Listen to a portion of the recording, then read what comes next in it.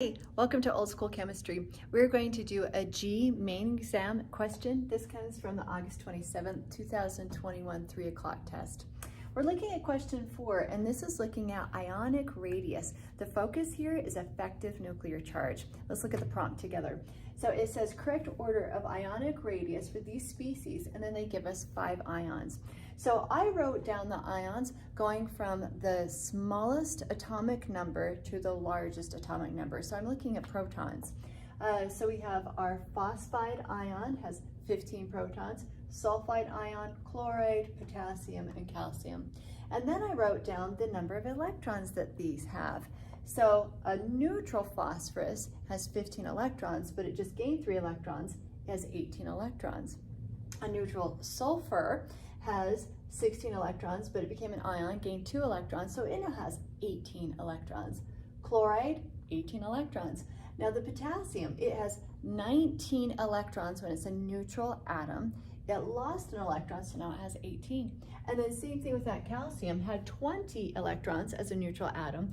When it lost 2 electrons, it became 18. Notice all of these are isoelectronic. That means they have the same number of electrons as argon. So they're going to have the same electron configuration as argon, the stability of a full octet. So here's your answer. The fewer the protons compared to the same number of electrons, the larger that radius. Over here, the greater the number of protons compared to the same number of electrons, the smaller the radius. So I did a huge inequality here that as we go from the lowest number of protons to highest number of protons, you go from large radii to small radii. All right, so I'm going to add in these inequalities for you. It means that it goes in this direction. Now why? That's always the million-dollar question, right? Why is that? It's explained in one very powerful term. It's called effective nuclear charge. The effective nuclear charge, I like to tell my students, is the power of the proton.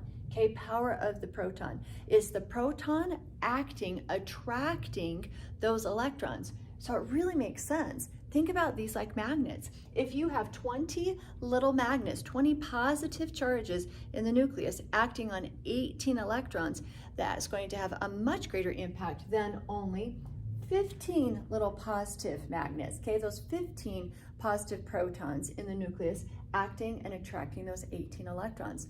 The more protons you have, the greater ability to attract the electrons, which is going to make that ionic radius smaller. Nice. Okay, very good. So proud of you. Good luck with your test. Keep studying hard. You're doing great. Thanks.